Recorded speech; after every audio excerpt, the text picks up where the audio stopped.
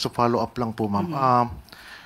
Isa po sa mga contentious issues po dito sa 2025 ito nga pong allegedly ay insertions ng AKAP.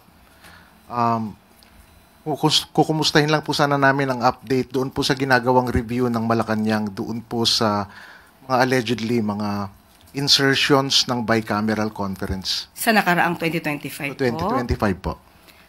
Hindi po kasi privy or hindi po responsibilidad ng executive makialam kung ano po ang nagawa sa BICAM. Tayo po ang pagtutuunan lamang po talaga ng pansin ng executive ay ang enrolled bill.